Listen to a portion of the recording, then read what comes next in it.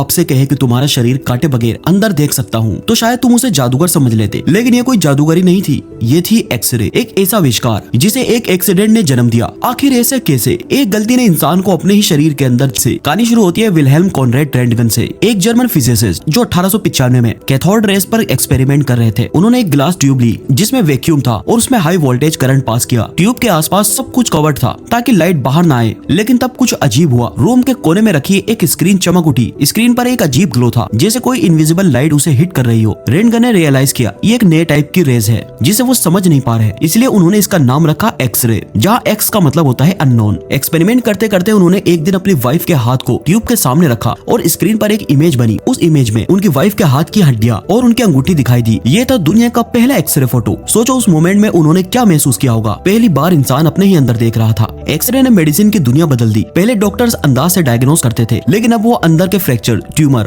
और इन्फेक्शन तक देख सकते थे। और वर्ल्ड वॉर 1 में एक्सरे मशीन बैटलफील्ड पर यूज होने लगी, जिससे सोल्जर्स के छोटे से छोटे गोली के टुकड़े भी लोकेट किए जा सकते थे। इस आविष्कार ने लाखों जिंदगियां बचाई, लेकिन इस आविष्कार के कुछ नुकसान भी थे। शुरू में लोग एक्सरेज के रेडिएशन के डेंजर्स नहीं जानते थे। रोंटगेन खुद कहते थे, I didn't think I discovered something dangerous. मुझे नहीं लगा था कि मैंने कुछ खतरनाक खोज लिया है। बहुत सारे अर्ली साइंटिस्ट और डॉक्टर्स ने बिना प्रोटेक्शन के काम किया, जिससे रेडिएशन बर्न्स और कैंसर तक हो गया। बाद में सेफ्टी प्रोटोकॉल्स बनाए गए। इसी टेक्नोलॉजी से आगे चलकर सीटी स्कैन, फ्लोरोस्कोपी और एंजियोग्राफी जैसे एडवांस टूल बने, जिन्होंने सर्जरीज को सेफ और डायग्नोसिस को अल्ट्रा एक्यूरेट बना दिया। तो आखिर सवाल वही है, जब एक एक्सीडेंट ने ह्यूमन बॉडी के अंदर देखने की शक्ति है, क्योंकि साइंस की कई बड़ी खोजें एक्सीडेंटल डिस्कवरीज थी।